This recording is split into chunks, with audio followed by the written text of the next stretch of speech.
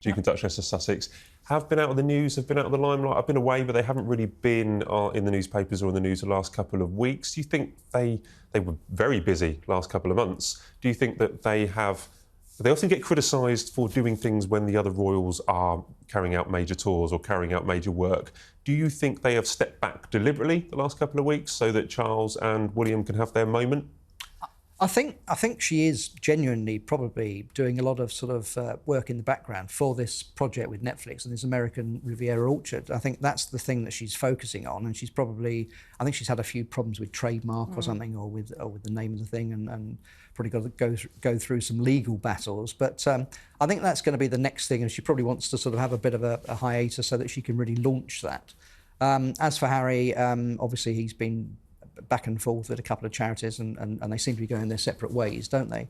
But it's not just bad. On that, Phil, going their separate ways, business ways. Going their separate ways. Always clarifying that. No evidence that they're splitting up at the moment, personally. I mean, I think we all sort of have our doubts as to whether the marriage will last, for 10, 20, 30 years, but only time will tell. But in terms of their, business and charitable activities, they do seem to be having this policy at the moment of going their separate ways. But it's not a bad thing to have a quiet period from them, is it, sometimes? Have a bit of a rest. And also I do think it is very deliberate that they didn't say or release anything really in the last couple of weeks, because these things had been in the diary for so long, the King's tour and William's homelessness project. And I just think that the optics are so bad, where there's been a couple of announcements that have coincided with things like Kate's, finishing up her chemotherapy video. I think there was an announcement that day from the Sussexes and things like that. The optics just, even if it is not deliberate from them that they've been released at the same time, the optics are that it's quite petty. Well, I think they... Sorry. Yeah, I just was going to say, I think they would have known these things were coming up. They've been really well publicised, and I think they would just say, with Earthshot, everything else happening, let's just stay quiet for a few weeks. And the paperback version of Spare has come out, hasn't it, during this last couple of weeks? Normally, you would have added in a couple of sensational headline-grabbing stories into the paperback version of a book. He would have done more TV work and more promotional work. Didn't do that this time. So, again, that's an indication that they are reining back a bit, and he's probably realised that he's not going to build any bridges unless he sort of, cools it down a bit. So I think that was quite interesting, because normally you would try and get some publicity with the paperback. So in many ways, Phil, by not doing anything the last couple of weeks, that's an olive branch. No, I'm not doing the olive branch thing again. I'm so tired of Harry giving his olive branch, not the other way around. One per show, Matt. Only one olive branch reference. Yeah. Honestly, one very important person at the Palace told me, said that there are not many branches left on this olive tree, and I hate using the phrase olive branch. I'm going to ban it from all broadcasts. Make and some newspapers. wine with it. Yeah. One thing I want to talk about finally on Prince Harry is it's a royal exclusive for royal exclusive. We know that they have bought property in Portugal, and that there was maybe debate or argument that perhaps they were using it they might want to live there. My understanding is that this property, whether it's been built yet or not, whether it's off plan or whatever, this thing that they've bought, they're going to use to invest their money, and that they are investing money into things like businesses and possibly other property. Now, their Netflix deal is coming to an end soon.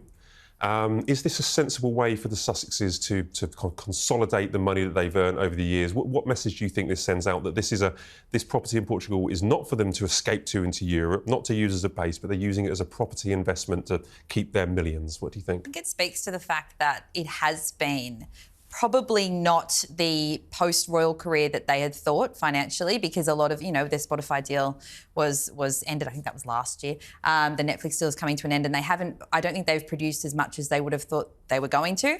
And they do have to have another plan. I mean, at the end of the day, there has been so much speculation and conversation over the last couple of years after they had done the Harry and Meghan series and talked about the royals a lot, and that felt like it was kind of done.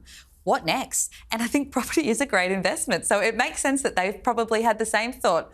What next? What else can we do? And it is a solid investment. So it seems like they are turning their attention to other avenues of, earning money. Well, I think property is a good investment. I'm sure you're right, Matt. You've got very good sources on these things. I'd be surprised if they never used it at all. It's close to, Eugenie and Princess Eugenie and Jack Brooksbank, who they get on very well with. There's a lot of Americans moving to that area near Lisbon. Seems to be becoming the trendy place to go.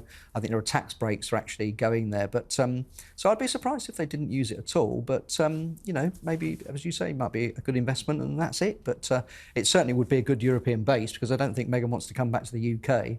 And so, if they do want to come to Europe for any period of time, that would be a good leaping off point. It also, and it puts Harry in a position where he can actually stay for a longer period close to England. So when he comes back, he's been back like 4 times. But it can be both. If they could use it once, twice a year and still a good investment. But why not just buy somewhere in the UK? They haven't bought anywhere in the UK. They bought somewhere in Portugal to kind of put their money. If they were insisting on having a base in Europe or an escape plan for one of them, or somewhere to spend their time, why not just buy somewhere in London? I don't think they want to spend any time in the UK. And that's the problem. I cannot see Meghan wanting to make any permanent base here. I can't even really see her coming back at any point for anything. I can't. Let alone owning property here. So maybe Portugal's as close as she feels comfortable. Yeah.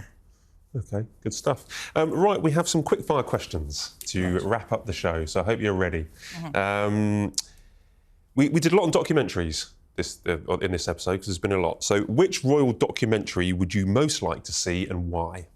You're looking at me.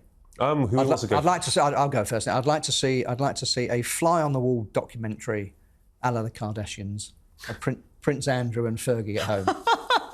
I mean, it would either be the world's most boring programme, or it could be sensational. I mean, actually, I wouldn't put them past doing it, to be honest, in years to come, if they're desperate for cash. Why not? If they get thrown out of Royal Lodge.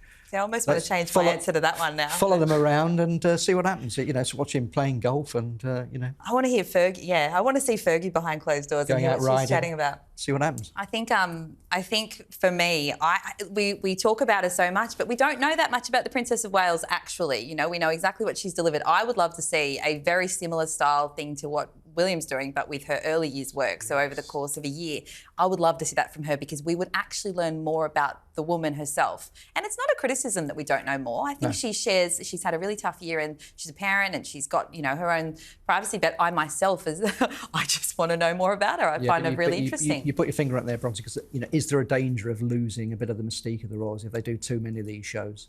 If we see too much of them, well, probably, but that's their problem. I want to know. Just other celebrities, and we really sort of, we know all that.